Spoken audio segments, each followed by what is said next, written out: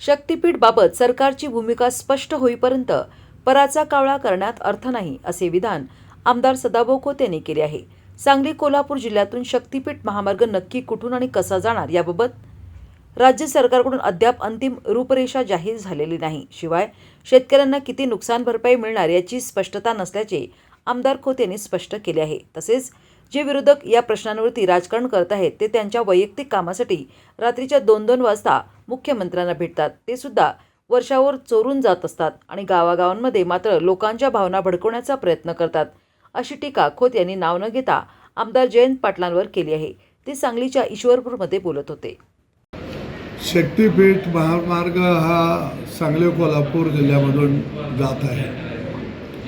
निश्चितपणानं हा महामार्ग कुठून कशा पद्धतीनं जाणार आहे याची रूपरेषा अजून राज्य सरकारकडून फायनल झाल्याचं दिसून येत नाही. दुसऱ्या बाजूला शेतकऱ्याला यातून काय मिळणार आहे, किती नुकसान भरपाई मिळणार आहे याचीही स्पष्टता आज मिथेला कुठेही दिसून येत नाही.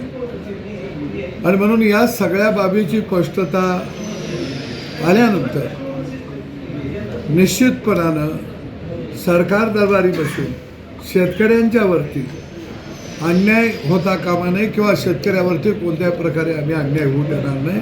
आम्ही शेतकऱ्याच्या बाजूनं राहून शेतकऱ्यालाच न्याय मिळाला पाहिजे ही भूमिका निश्चितपणानं घेतली जाईल. परंतु जोपर्यंत सरकारची भूमिका स्पष्ट होत नाही, सरकारकडून जोपर्यंत या बाबतीतले जे काही कायदेशीर बाबी आहेत त्या समोर येत नाही, तोपर्यंत पाराचा कावळा करत बसण्यात काही अर्थ आहे असं मला वाटत नाही. जे विरोधक राजकारण या प्रश्नावरती करत आहेत त्यांना मुख्यमंत्री त्यांच्या वैयक्तिक कामासाठी रात्रीच्या 2-2 वाजता भेटतात.